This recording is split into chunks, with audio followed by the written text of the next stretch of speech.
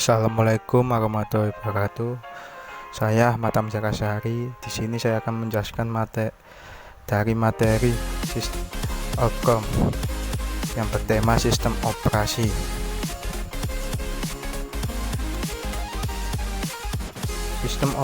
Sistem operasi perangkat lunak atau software yang bertugas untuk melakukan kontrol dan manajemen perangkat keras dan juga operasi data sistem,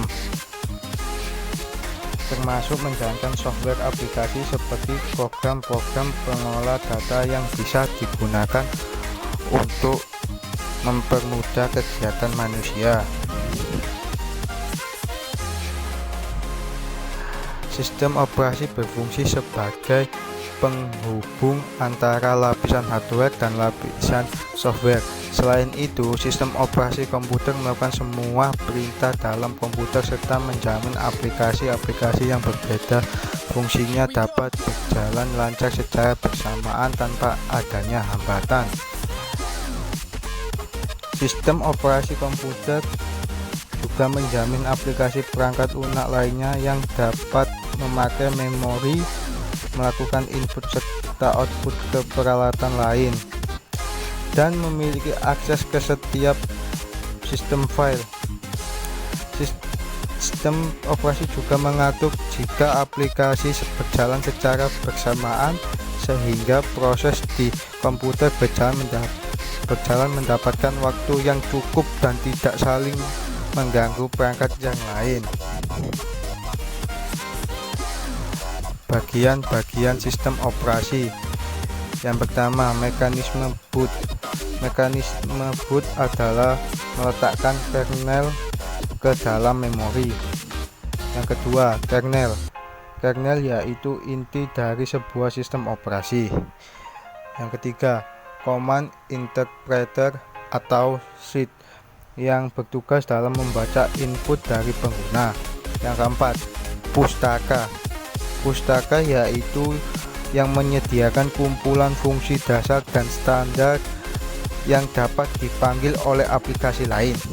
Yang kelima, driver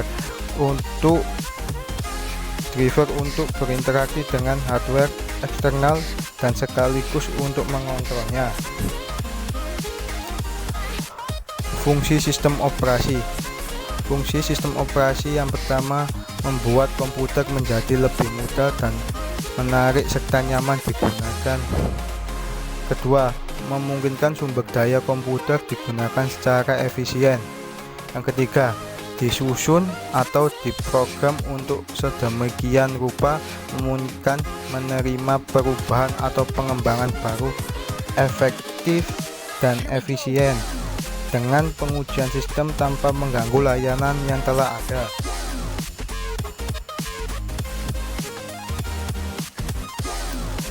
Fungsi sistem operasi dibagi tiga bagian. Yang pertama, fungsi sistem operasi sebagai mediator. Fungsi sistem operasi sebagai mediator adalah sistem operasi komputer menjadi penengah atau penghubung perangkat keras komputer dengan perangkat lunak komputer.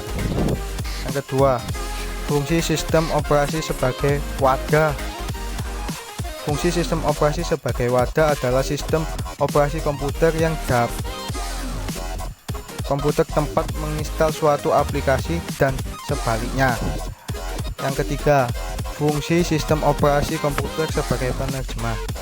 Fungsi sistem operasi komputer sebagai penerjemah adalah sistem operasi komputer melakukan proses penerjemahan bahasa program untuk ditampilkan ke layar monitor yang berupa kombinasi grafis dan teks. Fungsi umum sistem operasi. Yang pertama, resource manager. Resource manager adalah pengelolaan sumber daya dan mengalokasikannya, misalnya memori, CPU, disk driver, dan perangkat lainnya. Yang kedua, interface atau tatap muka, yaitu interface atau tatap muka yaitu sebagai perantara antara pengguna dengan perangkat keras dengan menyediakan tampilan kepada pengguna yang lebih mudah difahami dan bersahabat. Yang ketiga, koordinator. Koordinator yaitu mengordinasi dan menyediakan fasilitas sehingga aktivitas yang kompleks dapat diatur dan proses secara berurutan. Yang keempat, guardian. Guardian ialah menyediakan akses kontrol dengan tugas melindungi file dan mengawasi data dan program.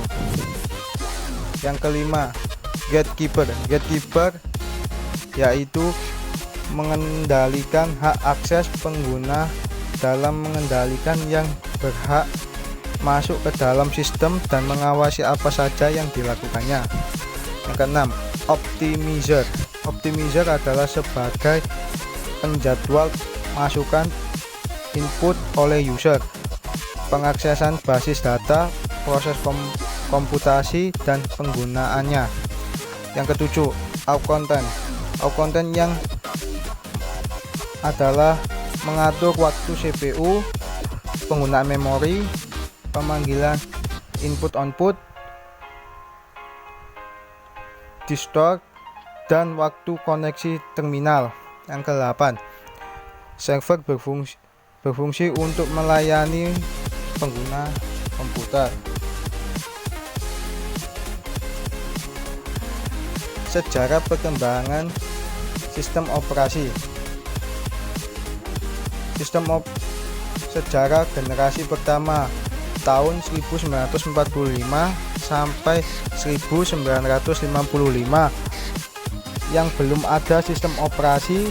Sistem komputer diberi instruksi yang harus dikerjakan secara langsung.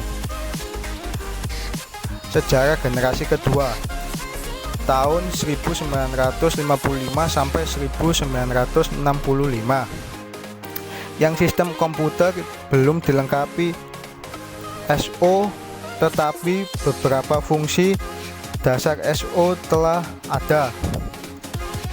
Sejarah generasi ketiga tahun 1965 sampai 1980 yang sistem komputer masa ini ciri-cirinya adalah multi-user, multi-programming, berbagai waktu, time sharing.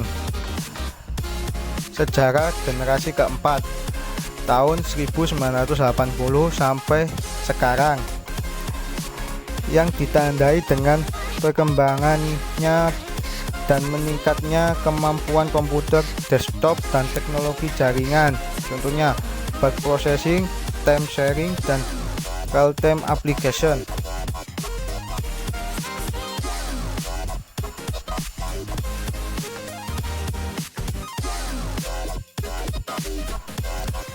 Jenis-jenis sistem operasi: yang pertama Windows, yang kedua Linux, yang ketiga macOS atau Macintosh operasi sistem, yang keempat Debian OS.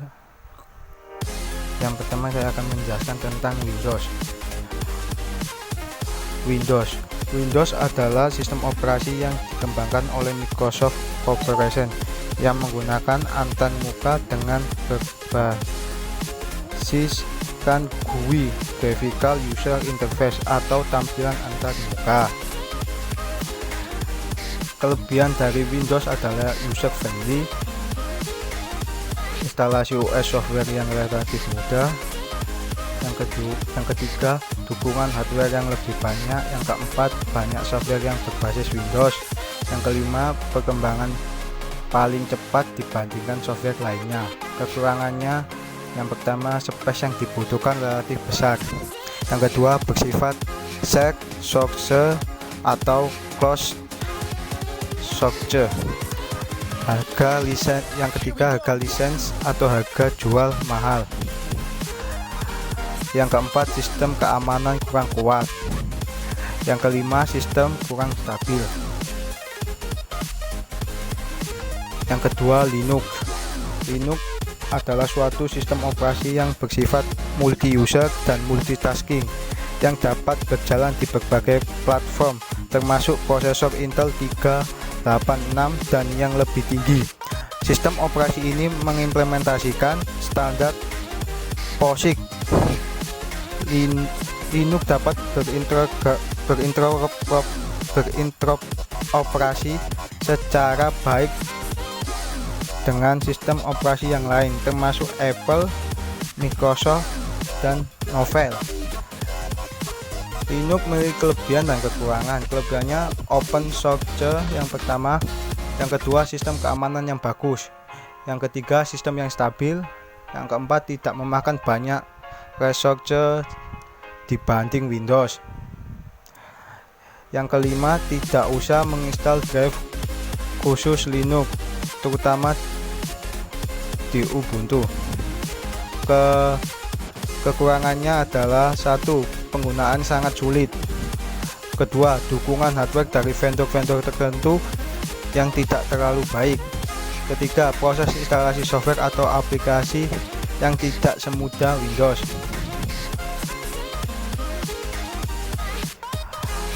Mac OS. Mac OS adalah singkatan dari kata Macintosh Operating System. Mac OS diciptakan oleh perusahaan Apple Inc. dengan desain yang elegan tapi mudah digunakan oleh sang pengguna. Mac OS merupakan sistem operasi pertama yang menggunakan Graphical User Interface atau GUI.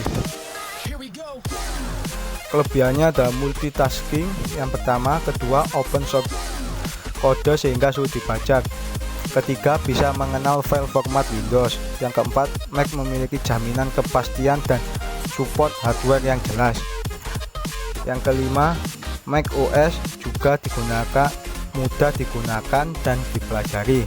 Kekurangannya yang pertama hanya cocok untuk graphic designer, yang kedua Mac OS tidak bisa digunakan bersama saat menjalankan sistem operasi lain, yang ketiga software di Mac OS tidak begitu lengkap, kelima kurang cocok untuk aplikasi server dan game, yang keempat Debian OS.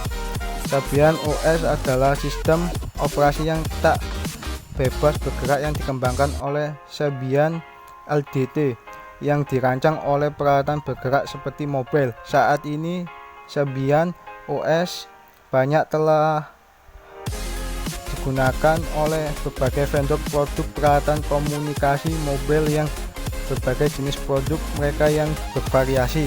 Kelebihannya adalah satu, dirancang khusus untuk OS ponsel, yang kedua Debian juga menyediakan user interface, yang ketiga small, kaya fitur dan long baterai, yang keempat bersifat open application environment, yang kelima Debian sangat terbuka sehingga siapapun dapat mengembangkannya seperti Java C++ dan lain-lain. Kekurangannya yang pertama lebih mudah terkena virus mobile phone, yang kedua gampang hang dan loading membuka menu yang lama, tiga banyak aplikasi yang mensyaratkan versi tertentu dari Debian.